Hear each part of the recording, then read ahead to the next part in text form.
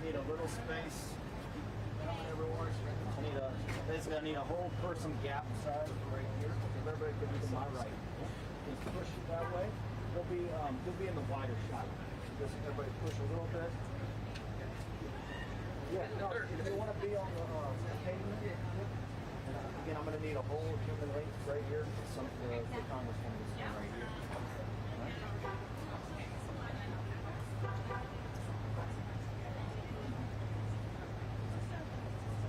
Miss Congresswoman, you'll just be right here. Yes, ma'am. Beautiful. Thank you.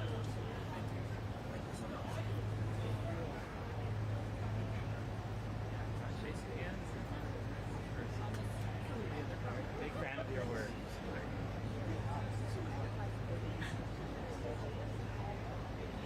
Yes.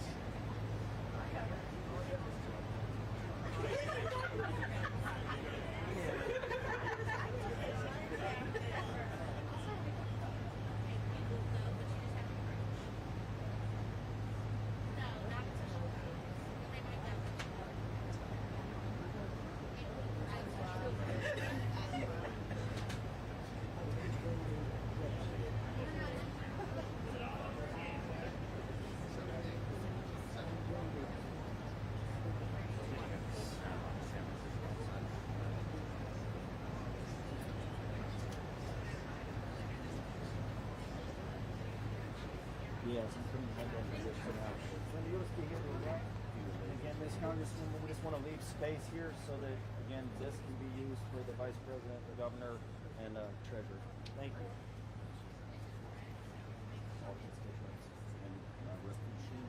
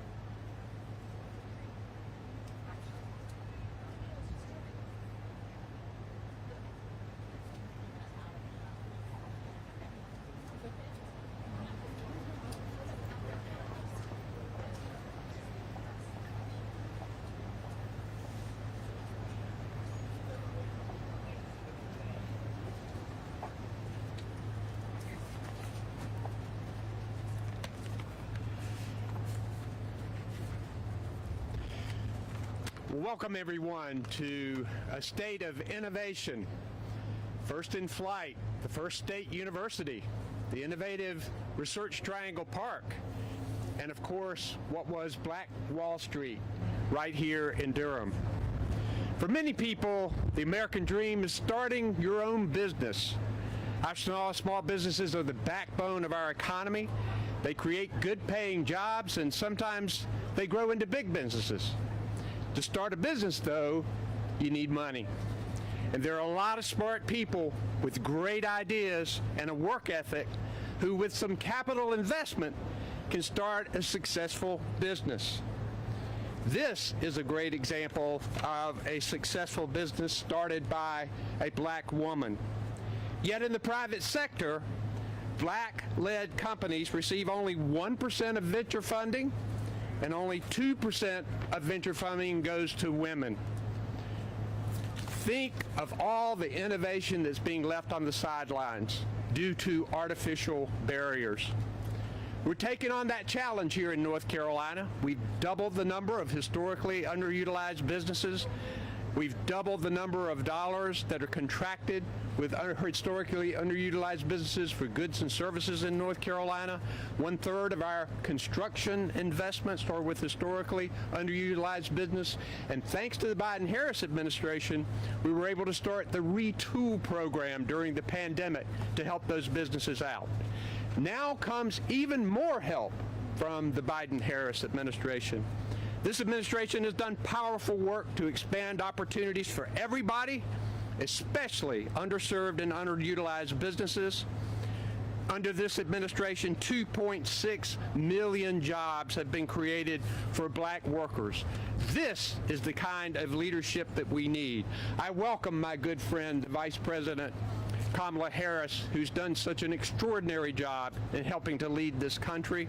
And now I welcome the Deputy Secretary of the Treasury, which has also been very helpful to us, Wally Adamayo. Wally? Thank you, Mr. Governor, Madam Vice President. It is so wonderful to be here. In my job as Deputy Secretary of the Treasury, you will imagine that I see a lot of venture capitalists, but they don't look like the venture capitalists I saw today. Today I saw venture capitalists that look like America and look like Black Wall Street. People of color, women, who are more likely to lend to the type of business that we've visited today, meaning that they're going to continue what we've already seen in the Biden-Harris administration, which is a historic growth of small businesses. 16 million small business applications through the first 3 years of the Biden-Harris administration, a historic number. A doubling of black small businesses in America.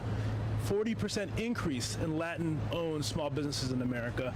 But as the governor said so eloquently, when I talk to these businesses, the thing they need is they need money to grow their dreams and to grow their businesses and to hire more Americans. And they have access to that money because of the hard work the Vice President not only has done as Vice President, but since she started when she was in the Senate by passing legislation that gave money to CDFIs and MDIs, more than $12 billion. And that's money that they're lending the small businesses here in North Carolina.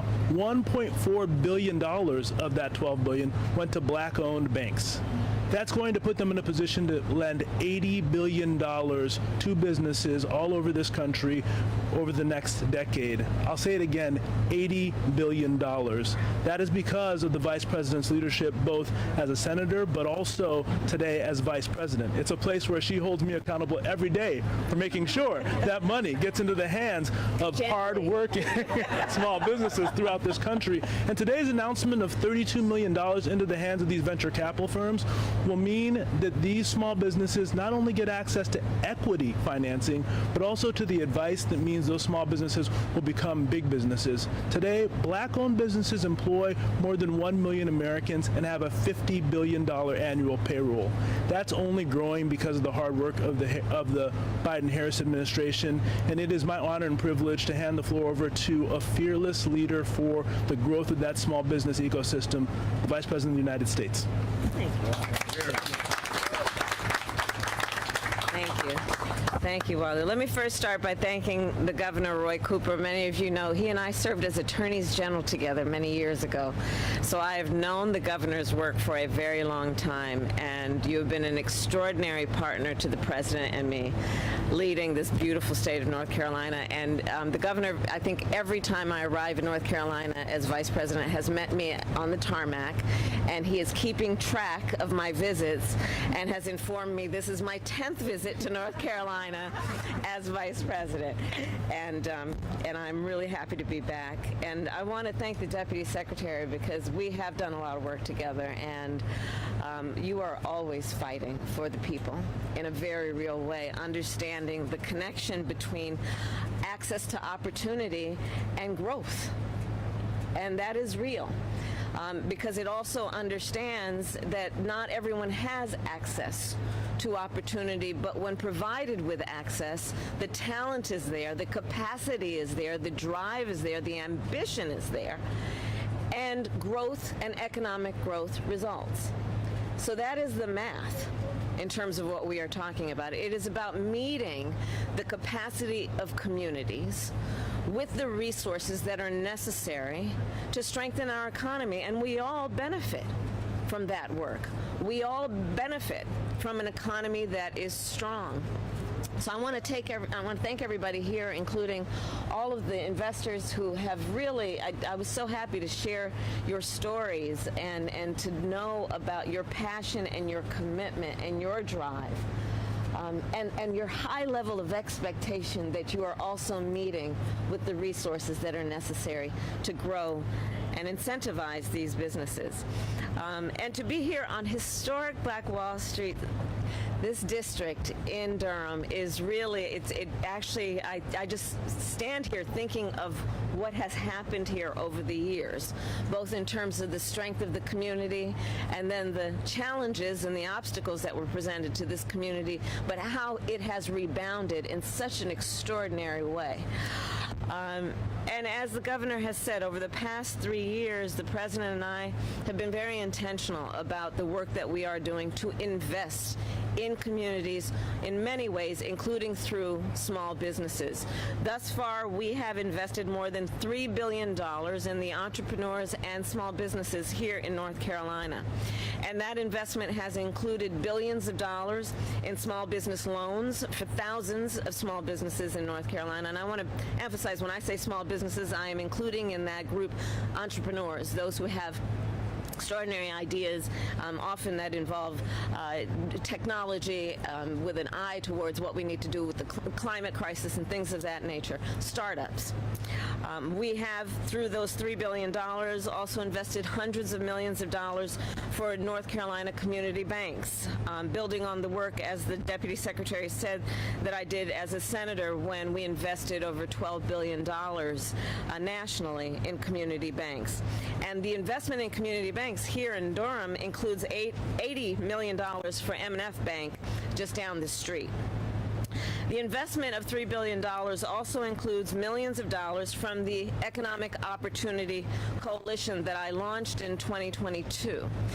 And this is, again, testament to the leaders who are here, who are private sector investors and are matching and working with us through federal investments to reach a capacity that is extraordinary in terms of pooling together these federal dollars with these private investments. And I would like to thank them, because it has been a coalition of groups that include nonprofits, banks, and technology companies who have all worked with us and worked with our administration once we created this coalition to, again, maximize the resources that can go to communities like this. And that brings me then to today, where we are announcing a new investment of $92 million, primarily for early stage startups here in North Carolina.